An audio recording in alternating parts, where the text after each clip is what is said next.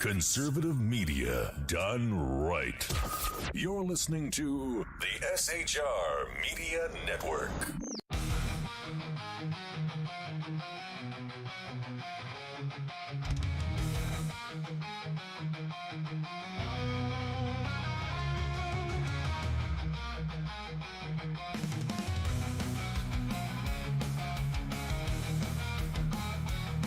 Get ready for truth bombs, belly laughs, and the kind of accent that turns car into a two-syllable adventure. Here's your host, Sean.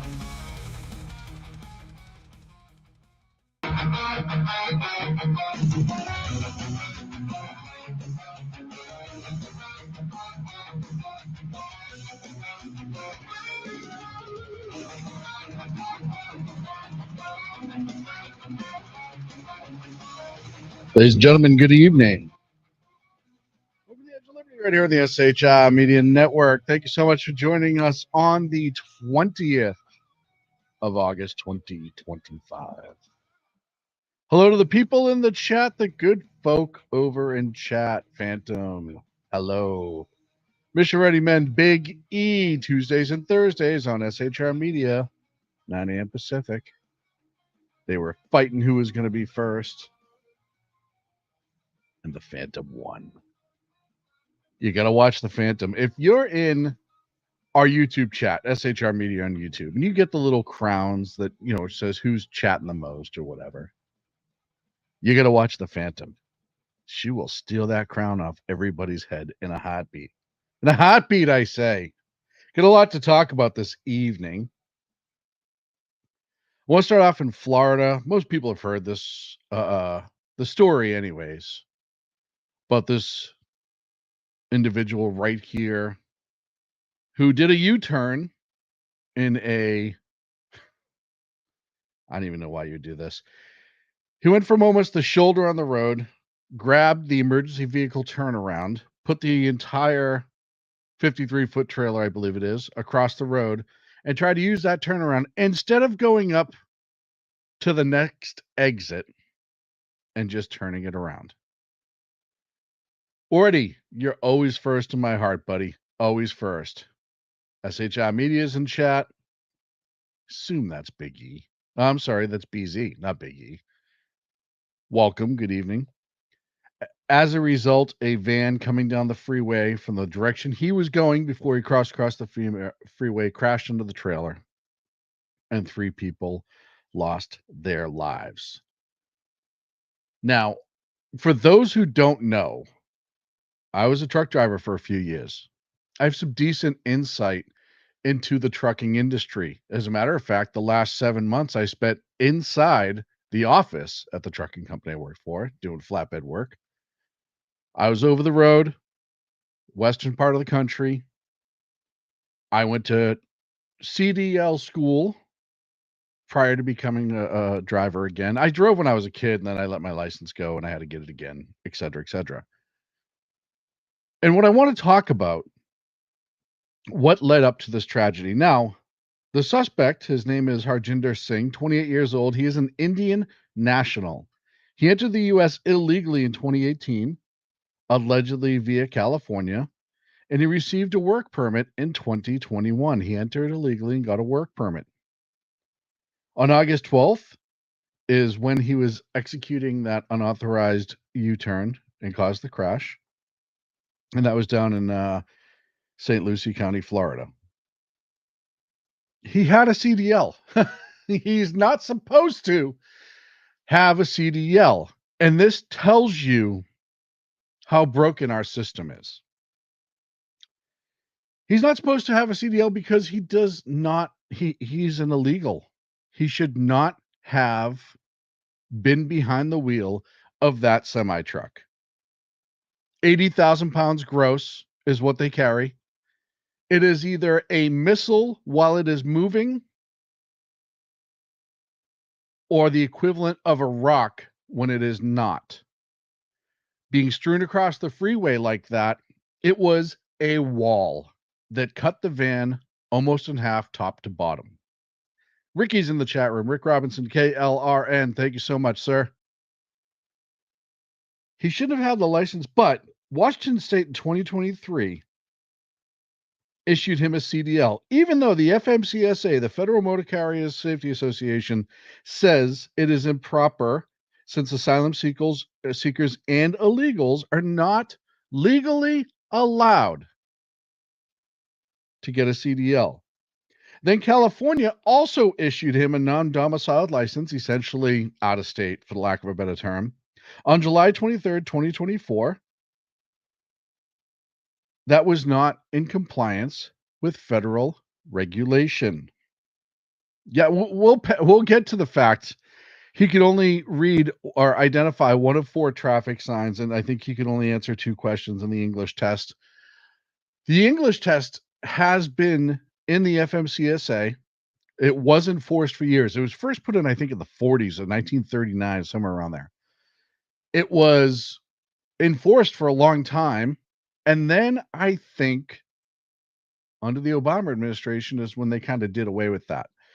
And that was when we had an influx of illegals coming into the trucking industry. Or let me rephrase that, immigrants getting into the trucking industry. How many were illegal? Yeah, we don't know. Clearly, there's some. We had the case out of Florida, what was it, 2 months ago, where DMV employees were caught selling CDL licenses to people that never drove a truck. It was a pay-to-play scheme. They were charged. And I don't know if California or Washington had the same sort of scheme, but you don't catch people on the first time. Usually it's been going on for a long time, especially something like this, before somebody gets caught. And they get caught because of an incident like this, where there's a crash, a mild investigation is done, and they go, hey, this guy shouldn't even have had a license, or this gal shouldn't have had a license. And this tragically could have been entirely avoided had the right thing been done, but it wasn't.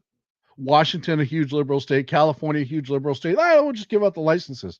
What's the worst that can happen? Well, in this case, 3 people lost their lives. And I'll tell you right now, if I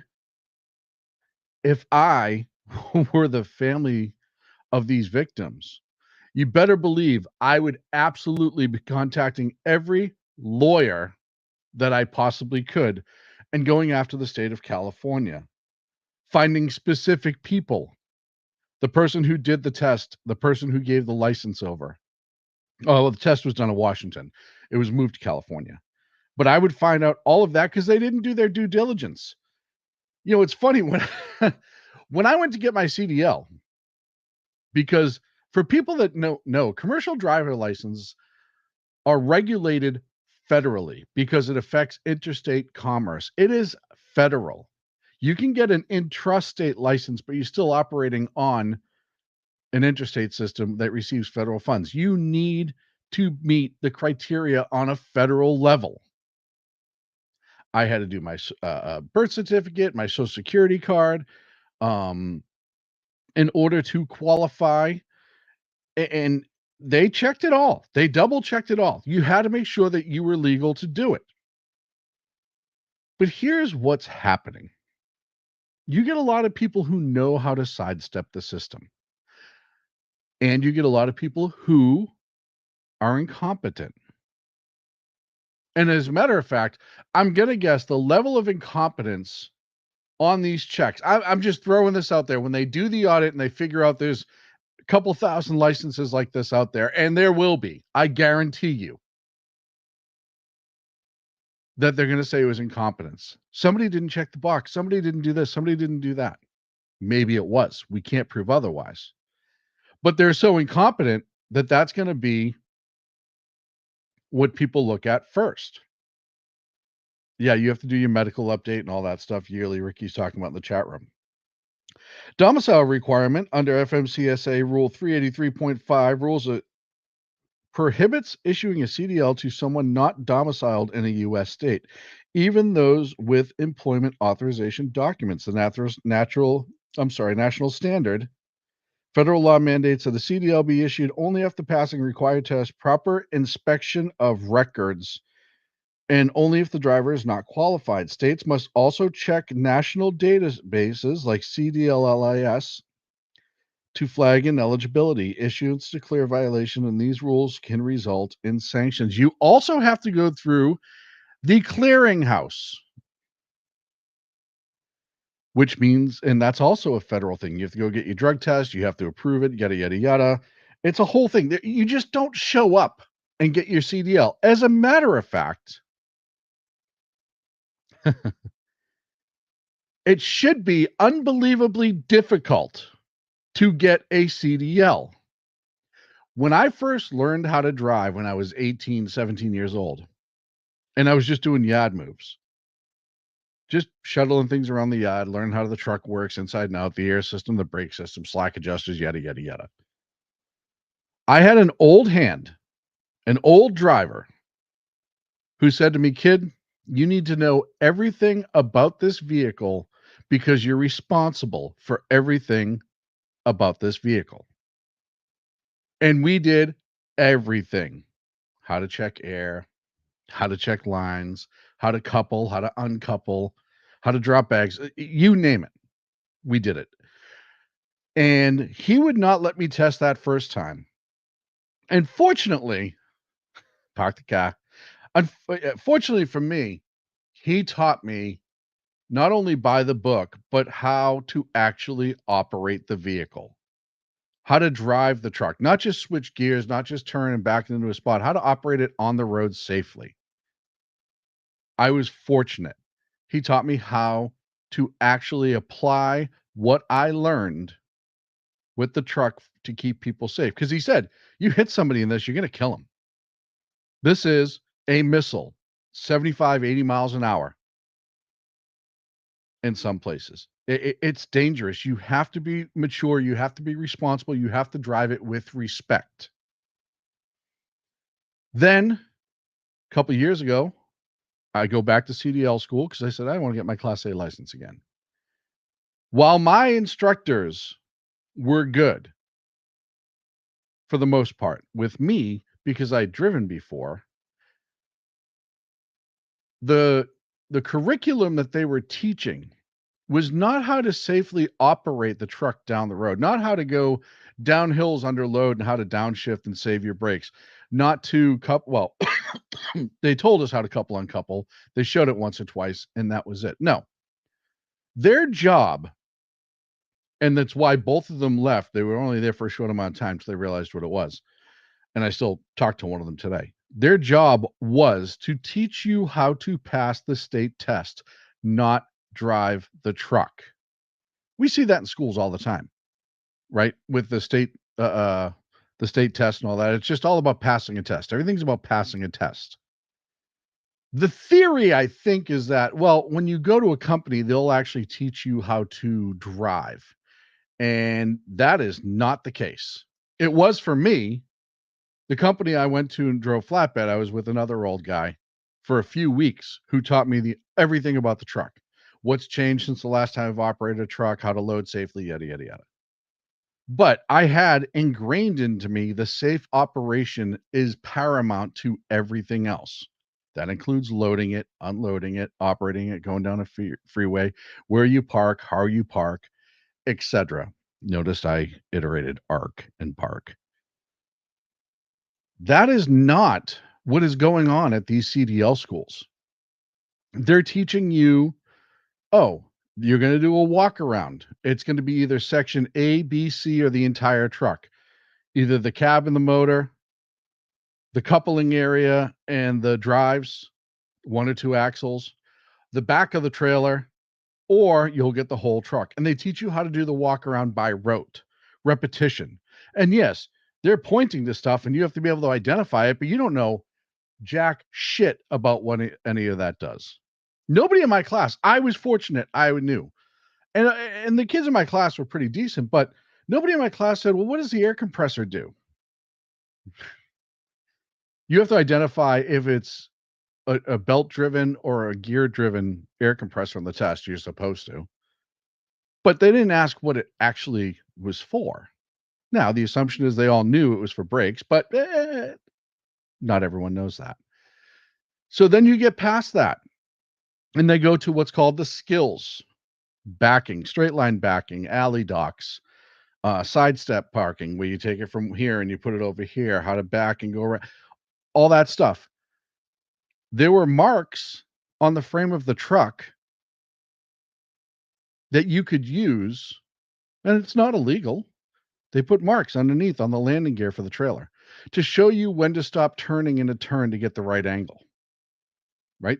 They were there in the test. Everybody could have used them. Then after that, you do the driving. Well, they knew the 3 routes that the driver's license proctors will take you on from the DMV. So you get in, and it was one of 3 routes. Well, when you take that test, if you have a semi-intelligent instructor, you've already driven it 5 or 6 times in practice, which I had. So on the day of the test, you go and you show up, and I will tell you that my proctor was not paying attention when I was doing the walk around to what I was pointing to. She was just listening for the right words. I could have been on my phone. She never looked up, had her face in the clipboard. Nice person. She was a nice person. But she clearly wasn't paying attention. Now, my instructor said afterwards, she probably knew you knew what the hell you were doing, but that's not the point. I did the skills test. Yes. I did the straight back, the 90-degree offset, and I did the alley dock. She watched that. Then we went for the ride. The ride was 2 circles around a block, couple sets of lights, couple of right turns, and back to the yard. Never touched the freeway. I never touched the freeway in training. Right? You're driving a semi truck, you're going to be on the freeway. That was it. And I passed, got my CDL. Now, like I said, for me, fortunately, I went to a company that actually valued training. And I was with an instructor that valued training. And he taught me how to drive for real in real life situations and how to load and secure. But when I was set out over the road, I had nobody with me. They didn't tell me how to operate over the road. Nobody did. I was literally told, you'll find that out. Fortunately, I had enough time in training that I was able to do it and use common sense. But then you get out on the road and you realize how many other fucking truck drivers have no idea what they're doing. And I mean, 0 idea. And yes, I'm sure that people are going to recall what I'm going to say later and say, oh my God, he's prejudiced and he's hateful and blah, blah, blah, blah, blah. But I'm going to tell you something. The vast majority of drivers from the Middle East have 0 respect for that vehicle that they're operating. Now, that's not all of them. I've met plenty that were excellent truck drivers, and they were not what we would call steering wheel holders. As a matter of fact, they despised those steering wheel holders. I had one guy who had a beautiful Pete 379 flatbed I was parked next to. We were yakking back and forth. And he was Sikh. He was from the Middle East. Well, he was born here, but his parents were from India. And he and I were talking. He said, dude, I absolutely hate these immigrants that come here. And a month later, they jump into trucks because they make me look bad. They make everyone who looks like me look bad. And he's 100% right. The problem with the trucking industry is over the road pays fairly well for a minimal amount of investment and training. All these super companies out there, Swift and other companies like that, they're a huge problem in the trucking industry. They have CDL mills where they're able to issue their own licenses because they have a test and they're approved by the state and yada, and they get a license through them. You have these CDLA companies that I just told you about who teach them, yes, how to pass a test, but not how to actually drive. I just heard a story today of somebody who just took a class and the entire class had to be translated and everything was said in English and Hindu. So the people who were not born here can learn how to drive. Now, I will tell you, as horrible as this sounds, they drive like they're driving a small car back in India. You'll see them going down the road, foot up on the dashboard, phone in hand, not paying attention, and they're going like a bat out of hell. Not all of them.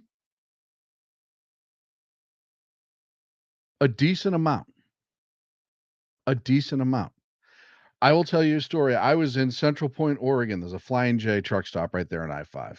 And I was done for the night. I got in early. I was loading in Central Point the next morning.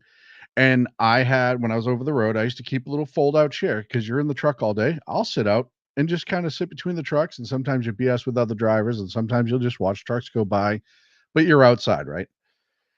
And I was parked and sitting in the approach to the fuel islands. There's only one approach on this fuel island. And a truck passed me, a plastic Freightliner, with 2 or 3 people inside. I'll tell you about that in a minute. And there was this horrible grinding. And for whatever reason, they decided they were not going to fuel. The line wasn't long. I didn't ask. They did a 94-point turn instead of just driving through the pumps, and they're coming back the other way. Well, this grinding is getting worse, and it's metal on metal grinding. No, Rick Robinson. Swift stands for actually see what I fucked up today. That's what Swift is. So in front of me, almost right where I was sitting, the truck's bucking, and I can hear this horrible grinding sound. And now I'm like, this dude's got to stop because I don't know what the problem is, but something's caught somewhere that's mechanical. So a couple of us got him to stop, and we could hear where the sound was coming from. It was coming from the driver's side steer axle. We got him to back up a little bit just because we're trying to recreate the sound. And the backing to the brake pad on the disc brakes popped out and fell on the ground, and it was completely bare. There was no more material that was the actual brake. This is just the backing. And it probably heated and warped, and it got caught in something in the rotor, and it just dragged it out. I can tell you that says to me, nobody was pre-tripping and post-tripping, which is part of your job. It's required by law. That vehicle. There was 3 guys in the truck. 2 guys or 3 guys. That truck was probably running 24/7. It only stopped to fuel and get food. Maybe run into the truck stop bathroom and brush their teeth, clean their nose and wash their feet, and then go back in. And if you think I'm kidding, I'm not. That's exactly, you see that all the time in truck stops. They're washing their feet in the sink where you're supposed to brush your teeth. They're brushing their teeth, and then they'll suck water into their nose and hawk it out repeatedly, make a huge mess, and then leave. And I said to the guy, I'm like, you can't drive. You don't have any front brakes whatsoever. And he laughed, took the backing out of my hand, jumped in his truck, and left. We watched him pull out. There was like 2 or 3 of us. We were in shock, right? This is the approach that many of these foreign drivers have. Not all, right?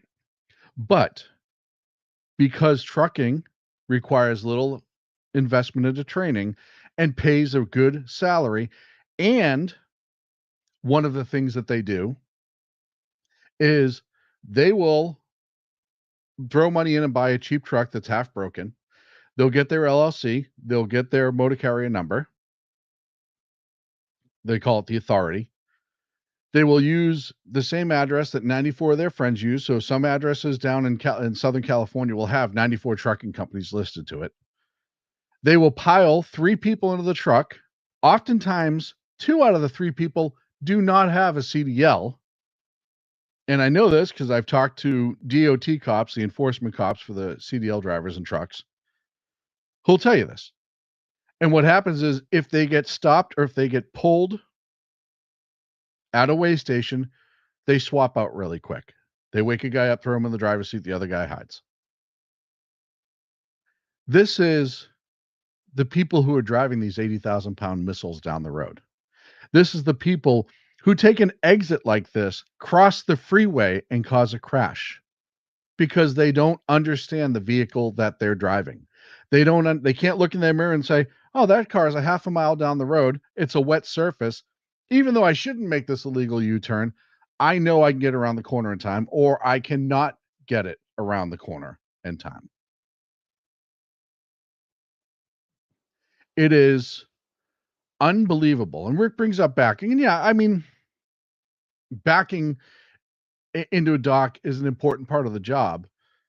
But You don't need a CDL for that. I mean, they do, but yard hustlers, some places don't have a CDL or whatever. Backing is backing, and it's difficult. And some of these docks are really tight and they have weird angles. And I'm not even going to knock people for that because I drove flatbed. So anyone will tell you that if anyone can't back a truck, it's flatbedders. But they can't operate going forward. They cut turns. They get into situations they can't be in because they're not reading signs. They're ending up on streets or at bridges because they're not reading signs or unable to interpret signs. They change lanes. They drive like a bat out of hell. And you had not just this incident. There was an incident out of Colorado 3-4 years ago where it was a Mexican kid who got his CDL and was never trained on how to operate his vehicle. He was coming down the mountains. He had drum brakes and he was fully loaded. No one ever taught him how to downshift. By the way, all these new automatic trucks, they suck. If you're driving an automatic truck, it is absolutely horrible. You should never drive an automatic truck because you don't have the same control. And I don't care what these companies tell you, these trucking companies, you do not have the same control over your vehicle when you're going up and down hills as you do in a manual transmission.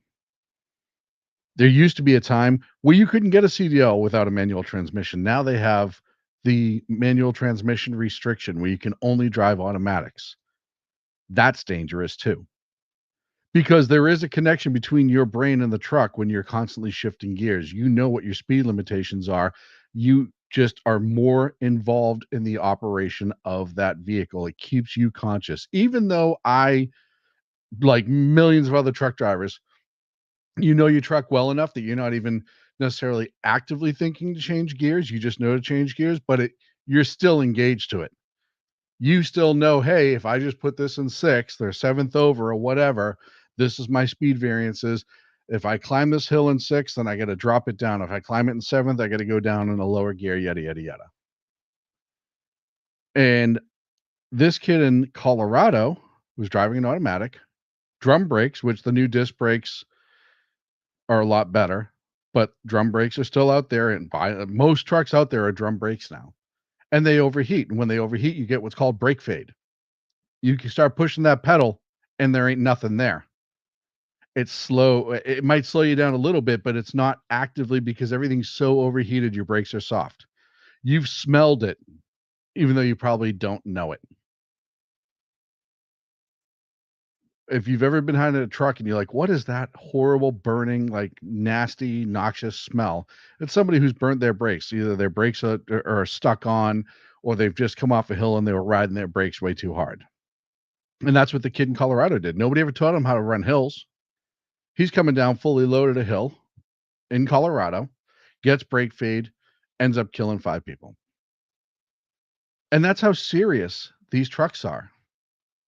Both my kids, since they were young, even before I started driving trucks, just on the freeway, I would bring up where you shouldn't be in a truck, how much room you should give a truck, where you shouldn't just cruise in their blind spots, etc. Because as a driver, which they both will probably be one day, you should know that. As an operator of a CDL vehicle, you have to constantly be on your game, or somebody could die, including you. If you absolutely see, we call them the runaway ramps, the big gravel strips next to a lot in mountainous areas. Those are for people that have brake fade. Brake fade used to be far more common back in the day. It's a lot better now. Because of disc brakes and because our engine brakes are a lot better. In most trucks, not all trucks, because the newer Freightliners and some of the other ones, they still suck. But you need to know how to operate this vehicle or people will die. The state needs to vet who they're giving these licenses to or people will die. These companies, I will tell you right now, that company is an LLC. It will be closed in a month. It'll be reopened by the same people under a different LLC name. And they'll probably do the same shit where they hired inexperienced drivers to run the shit 24/7 because that's how you make money. Never mind, they'll undercut the entire industry bidding on loads. And it is just why the trucking industry is in the position that it's in today. Trucking used to be a legacy job. So many people are getting out of it now. I can remember kids I grew up with who are driving trucks now, whose parents were truckers, whose father was a trucker and his father was a trucker. It was a legacy job. It was a job of pride. There's no pride in it now. When you see a guy climb out of a truck at a truck stop or at a rest area and he's wearing flip-flops and he doesn't even look at his truck as he walks away to go to the restroom, that's somebody you have to avoid. And that's what's destroyed this industry. They tell you there is a trucker shortage out there. That is a total and utter lie. There is not a trucker shortage out there. The problem is there is an influx of inexperienced, uneducated, and unsafe operators out there who get shut down all the time. When you go by way stations and you go by pop-up DOT check areas and stuff like that, you can look at the trucks that are out of service. 95% of the time, it's what we call a plastic hood truck. It's a Freightliner or one of those types trucks, a newer truck. It's an automatic. You'll see that, they've taped their MCC number to the door. They've one of the panels doesn't match. There's no pride in it anymore. And they drive. I'm not kidding. They drive like their life doesn't matter and your life doesn't matter. And it's a tragedy. It's a tragedy what's happened to the trucking industry. It's a tragedy what happens to the victims in situations like this. And it's just an utter disgrace, and it needs to end. I went over my break. Ooh, I got a ding from the chat room. I'll be back, right?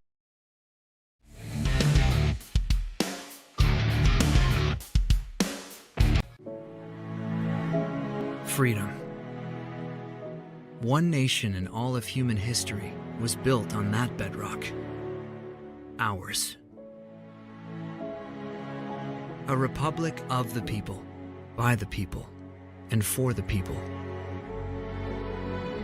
Self-government requires freedom, just as freedom requires an individual willingness to self-govern.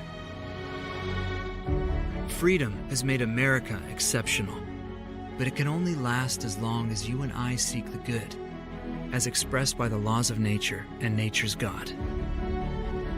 It can only last if you and I choose to act as people of character.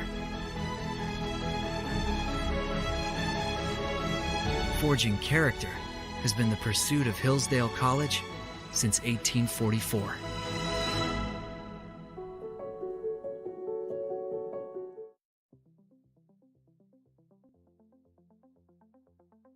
Ever dream of escaping the daily grind? At Escapist Travel and Tours, we make those dreams your reality. From breathtaking adventures to cultural immersions, we offer escapes tailored just for you. Let us take you to places where every moment feels like a new chapter in your life's adventure. Visit www.escapist.travel or call us today at 1-855-885-81776. Your escape awaits.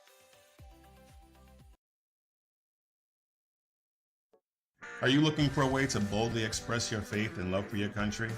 And check out Seven Armors, the premier apparel company for patriotic men of God, where faith meets freedom in style. Our t-shirts are more than just clothing, they're statements. Bold, stylish, and meaningful. From timeless messages to modern designs, we've got something for every patriotic man of God. Wear your beliefs proudly with Seven Armors gear. Don't miss the chance to wear your faith and freedom on your sleeve. Visit 7armors.com today and join the movement. That's the number 7armors.com.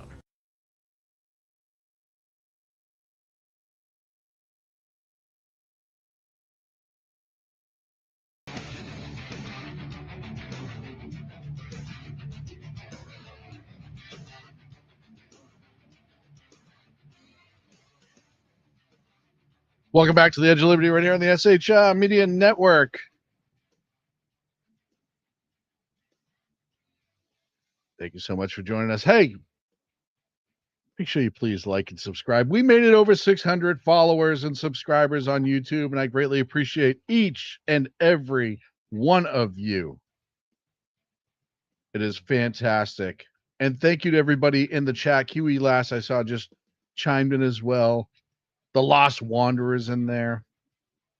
BZ, the Phantom, Mission Ready Men. You can also be in the chat room if you want. Just go to SHR Media's YouTube and click on the live show. Chat is right there. Come in and harass us. Which, by the way, I recently learned that harass is actually one word and not two. So anyhow, I'm kidding.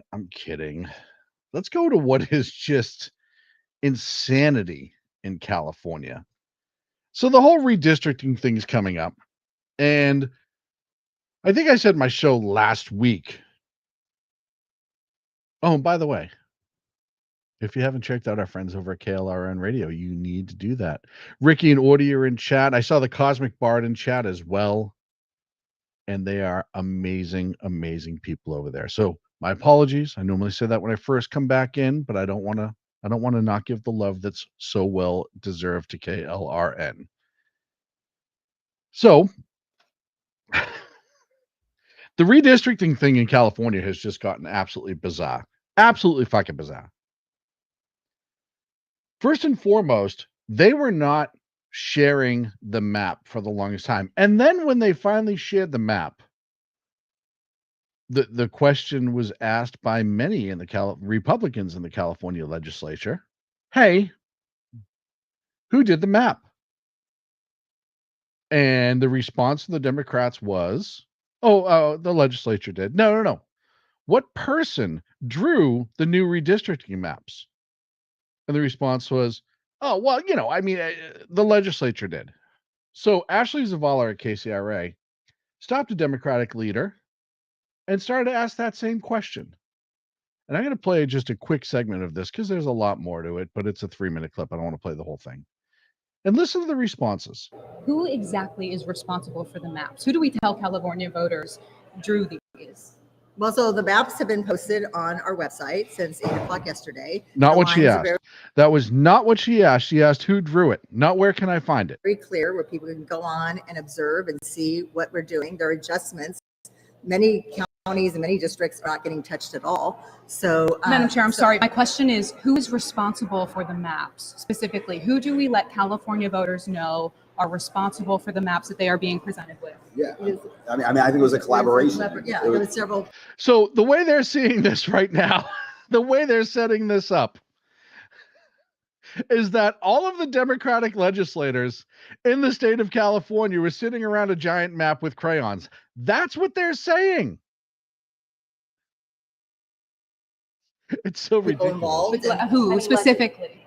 I don't have the full list right here with me, but we can certainly get that to you. But these maps are transparent. They're there for voters. But the names of the people. The names of the people, the organizations. I mean, Governor Gavin Newsom promised that no special interests or this would be transparent. This would not be done in a back room. We're definitely. So we're trying to ascertain in the very short amount of time that you have to deliberate this, who exactly are the maps responsible for? There's a lot happening very quickly, and the folks that were drawing the maps went back to the Independent Redistricting Commission's testimony.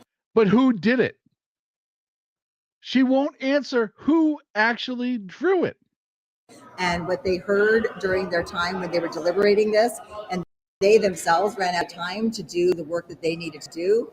And so we're basing these on the Voting Rights Act, and we're looking at really bringing the voters into this process. And that's why we're going to an election on November 4th, because at the end of the day, the voters' voice is what matters. No. First and foremost, the voters spoke in 2008 when they passed the last voting redistricting act. I forget what it's called right now. I think it's the voters control or something like that act that created the independent commission that was responsible to this very day for the redistricting in California. The voters have already spoke. You're trying to get them to speak again because Gavin Newsom wants to be president. That's all this comes down to. And I know I've said that 100 times, but the reality is that's the answer. Gavin Newsom is using this as his soft launch, and we'll talk about Gavin in a few minutes, as his soft launch for his presidential campaign. And of course she knows. BZ said, of course, because she knows. Of course she knows.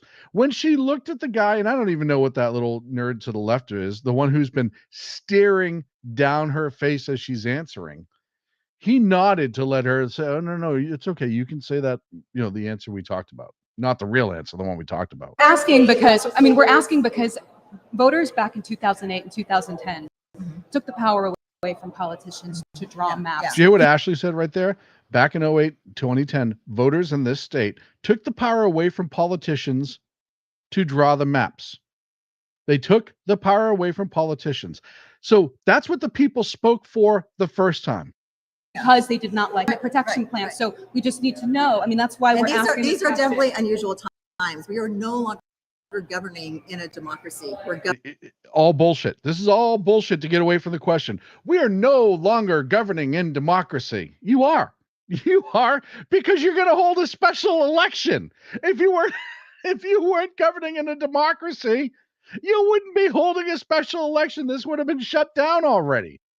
In an authority, we are seeing things that we care so deeply about in California. We have education, not the answer. Food for That's children, not an answer. Our immigrant community, our LGBT community. They are getting decimated by this administration. This is an all-out assault on California's democracy and the rights and values. How? So we have to move quickly. Nobody can explain how. Nobody can explain how this is an assault other than saying it is an assault. Why? Because conservatives in Washington may get power because of what Texas is doing, which, by the way, is already in Texas's constitution to legally do so. They're allowed to look at it halfway through the decade and then redistrict appropriately. And the last time they did that, they won in the Supreme Court for it. So nobody will explain how the fuck is this a threat to democracy? No, this is a threat to democratic power. When they say this is a threat to democracy, what they're saying is this is a threat to Democrat power. That's what it is. Because they know that if Texas passes it and they don't, Texas gains 5 more seats, then the House for the next 2 years with the Senate can work together with the president and pass conservative laws. That's what they don't want to happen. That's all theory, but that's what they don't want to happen. This is a bullshit lie. Ashley Savala at KCRA 3, BZ just said in the chat, I'm surprised she's so persistent. She has been fantastic through all of this. She's really, she's not going to be a KCRA long. Trust me, I don't think so. But we are bringing the voters on to this process. We're letting them know the maps have been posted on the website. We have this election on November 4th. And at the end of the day, the voters will decide what is important to them and whether they want to adjust these maps to give California the voice it needs in Congress. California already has the voice it needs in Congress.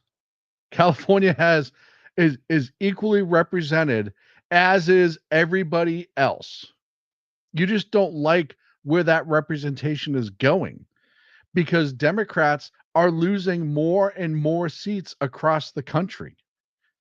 And it shows because you're at a 33% approval rating nationwide. That's not because Texas is redistricting.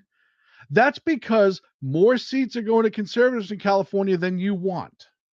Can any of you answer whether or not state lawmakers involved in drawing the maps? Any lawmakers at all? Not to my knowledge. But who adjusted them last night at 8 p.m.? It was my understanding that they were by 8 a.m. They were out there. No, there's and so there was a collaboration, but we can get to the people that actually did that work. So then why does the legislation say the detailed maps are prepared by the Assembly and State Senate Elections Committees? So the reality is that it was a collaboration, and we can get you those specifics. But I think what's most important How do you is not the maps know? are You're out the chairman there for this committee. You're the chairperson, whatever, shoot me. You know exactly who fucking did it. Yeah, Ricky Orty in the chat. This is exactly why Prop 11 and 20 happened. 100% is because they wanted to get it out of the hands of politicians. And now they're running on Orange Man bad. That's all this is. They can't give a reason other than Orange Man bad. What is happening? California won't lose representation because Texas gains representation. Oh, and by the way, it's funny to me to think about all the other states. You look at Massachusetts, New York, and all the other ones who've gerrymandered. I don't think Massachusetts has one conservative or Republican even inside Congress. None. No representation whatsoever. So how in the hell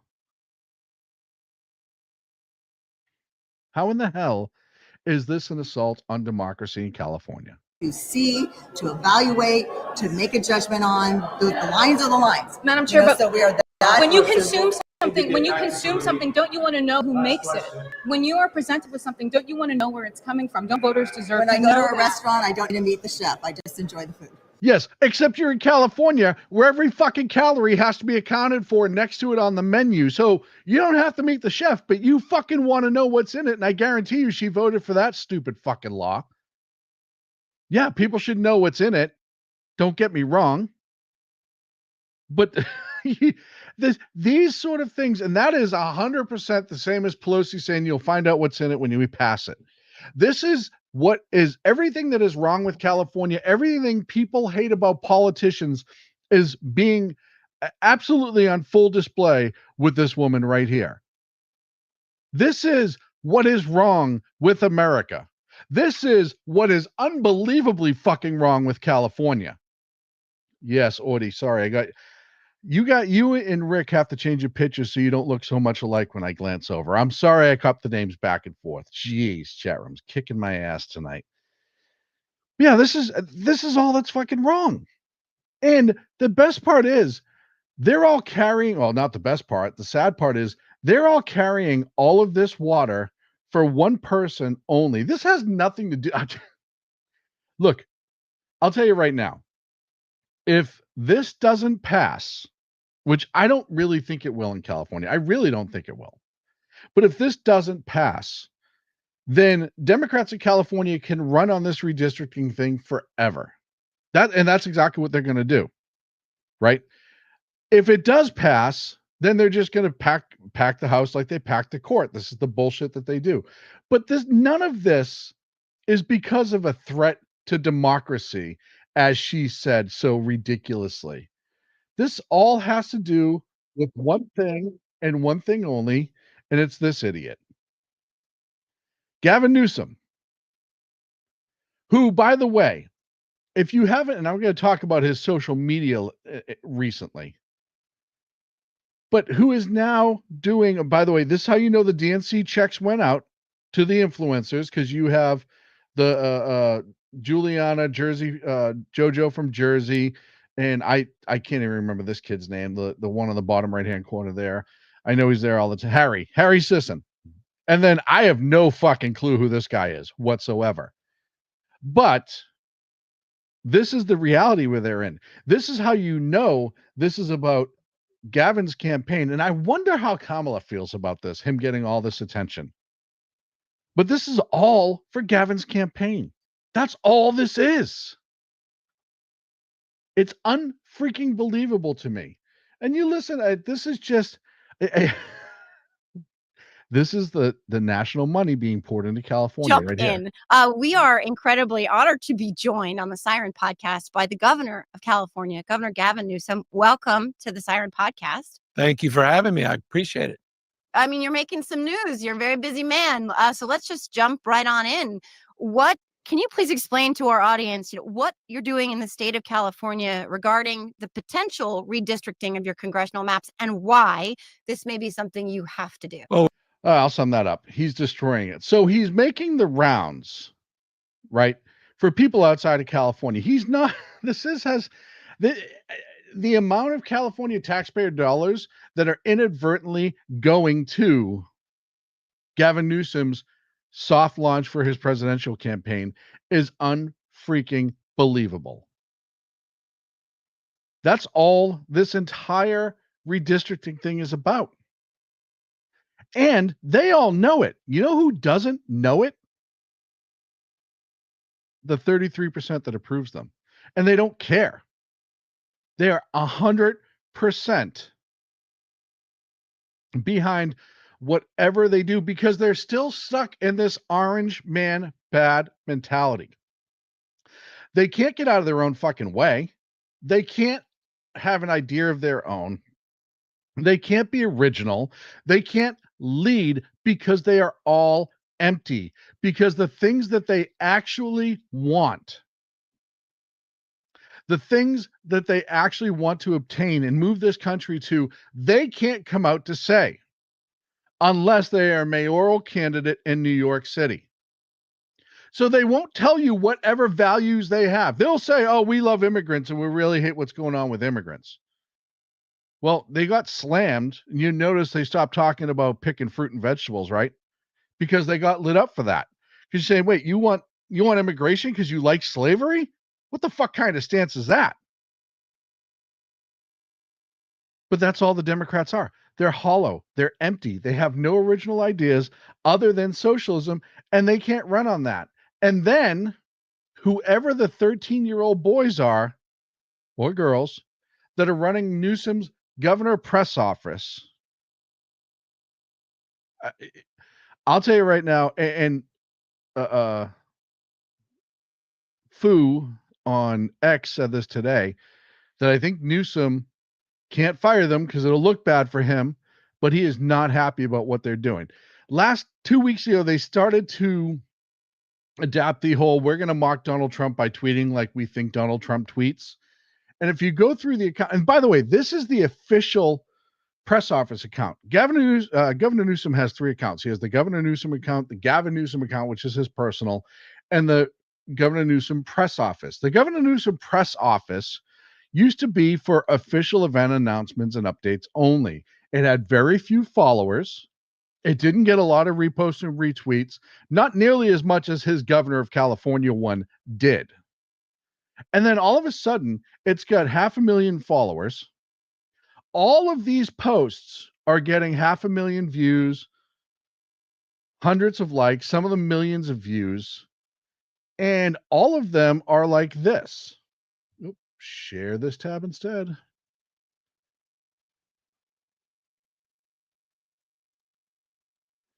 Wow, Fox News can't stop talking about me, Gavin C. Newsom, America's favorite governor. Tonight, their entire primetime lineup was really me. Jesse Waters kept calling me daddy. Very weird, not interested, but thank you. Hannity, very nice guy, clearly cried because I won't take his advice, blah, blah, blah, blah, blah, blah, blah, blah, blah. And it's been snarky and it's been ridiculous. But it has not been, first of all, from an official point of view, has not been at all productive, and it hasn't even been funny. Look, when people have knocked Trump and it's made me laugh, I'm the first one to admit it. If you go to this just disaster that is this post campaign where they're constantly trying to be Trump, they're constantly trying to use sarcasm and like kind of gotcha and like this tough guy image. We talked about that couple months ago. Chuck Schumer again threw out bullshit today while he was sending out a post. That's the new thing.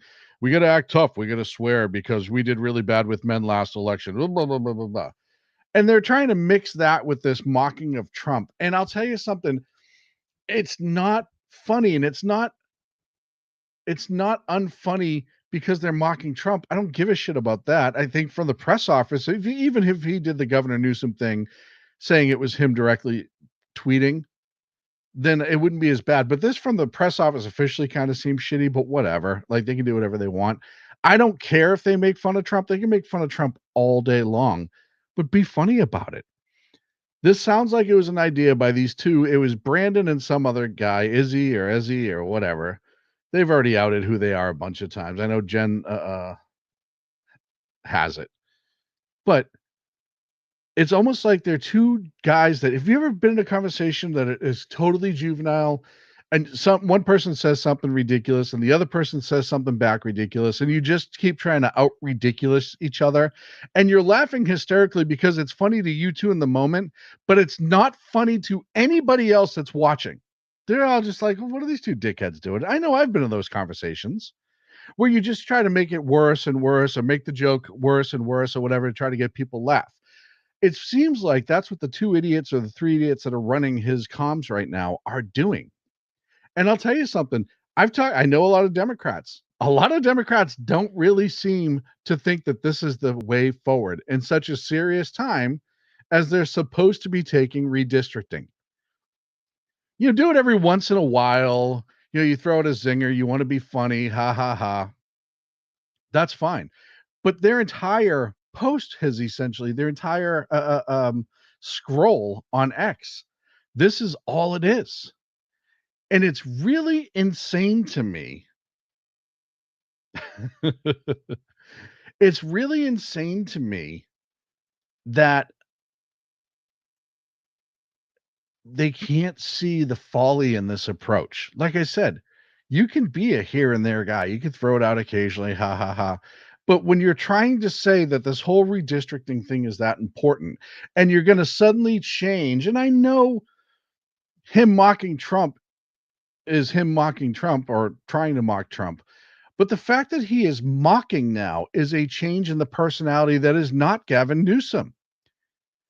Gavin Newsom's smarmy and he's a complete scumbag politician, and he will be whoever he needs to be to get elected, all of that, yada, yada, yada. But his cadence, his tenor, how he approaches things, he's always been that more of that swarmy, passive guy that like you would like watch somebody's drink if he was near for one reason or another. I'm not saying why, but that's who Gavin Newsom is. He's the consummate politician. I mean, this is the guy who talked his campaign manager's wife into bed when he was a mayoral candidate. That's who Gavin Newsom is. He's sneaky. He's a used car salesman. He's slick. He's sly. You got to watch him. But he's not this, oh, I'm going to stand up to this and stand up for that and blah, blah, blah, blah, blah. And I'm going to put it in Trump's face and I'm going to cuss and I'm going to say harsh things and yada, yada, yada. Was never it. Bed Bath & Beyond CEO put out today, and by the way, they relaunched in 2025. They're doing a smaller operation. They have 75 stores planned. And they said, hey, you know what? We're not expanding to California because of the business culture there. It's just, it doesn't fit what we're trying to do. And they, the two jerks that are running his press office thing, it wasn't a fuck off. Some people put that out there. That was not the real answer. But they responded something like, oh, I thought you guys went out of business in 2023 or something like that. And it's like, you might want to do a little homework if you're trying to court businesses. You might want to look into that. And that's the sort of thing that people are now saying is Newsom's regret, unleashing these youth, these young people who, yeah, guess what? You might get 25 and under like poo-poo and pee-pee jokes on the left, but you're not courting what you need, which is the center of the aisle. It's what both sides need, right? We know that through elections, state elections, local elections, federal elections. You need the independents. You need the people in the middle. And they're not taking you seriously. And right now, I'm not speaking as a conservative or as anything else. I'm just saying, having watched campaigns for the last 15 years very, very closely, having watched how they've courted voters very, very closely, this is not a winning strategy. This is not Utes. That's right, they're Utes. This is not going to do anything for you. And look, keep going. Gavin, what this path that you're on, this formula that you have, don't ever fucking stop. You want to stay fighting with the guy that you're and campaigning against the guy that you're not going to see in the next election because he lives rent free in your head and your whole every existence now is Orange Man bad and you haven't done shit as the governor for California in months except talk about things that aren't really California related. Go for it. Go for it, bud. I wish you well. You won't get out of Iowa. Tell you right now, you won't get out of Iowa. Now, as I said before, I really two Utes. Jersey Joe, Newsom X's Brick Tamlin yelling, I don't know what we're yelling about, loud noises. That's what it comes off as. I know what their objective is. And by the way, They've unleashed the bot farms entirely. No matter what you comment, doesn't matter how far down the post it is, you comment something negative about about Gavin, and the bot farms come after you. And as soon as, it doesn't matter how much you put to explain your point of view, they go, oh, someone's triggered. That's their whole defense. No. If I'm triggered, I'd say, stop making fun of Trump. I don't care if you make fun of Trump. I've made fun of Trump. Okay? Nobody gives a shit. I've seen other people make fun of Trump. It's hilarious. Absolutely hilarious. Trump has stuff that you can laugh about and still take him seriously. That's just a reality. But you have to do it in the right way. If you're going to actually try to use comedy to court voters, you have to be fucking funny. And this is not fucking funny. This is two virgins, nerds, that are sitting in a room that have never actually talked or dealt with people outside of like Grindr or something like that. I'm sorry, that's speculation. I don't know for sure. Who are trying to seem like they're funny and normal and can actually connect with people, and they can't. I'm sorry, they can't. I know, it's great to see Jersey Joe at the computer. Things are looking up, Joe. Hope you're feeling better, bud. So that's it for me, folks. It has been a blast. The hour goes too fast. As I've said before, and I'll say it again, give me a drink because I'm thirsty. Make sure you check out our good friends over at KLRN. As I said before, every Monday and Friday evening at 6 p.m. Pacific 9 on the East Coast, you have Jersey Joe and the Reaver of Common Sense, who should be making his appearance here shortly back to the network. He's been on a pain hiatus trying to right his body, so we're wishing him well. Tuesday and Thursdays, 9 a.m. Pacific time, 12 on the East Coast. You have Mission Ready Men with Big E. Fantastic show, fantastic guy. You need to check him out, please. And then, of course, Tuesday and Thursday, you have the bulbous one, the ever omnipresent BZ and the Berserk Bobcat Saloon at 8 p.m. Pacific, 11 on the East Coast. And of course, Monday and Wednesday, same time slot. You have this guy who has a face like an old baseball glove. Thank you so much for joining me. Have a great week. I'll see you on Monday.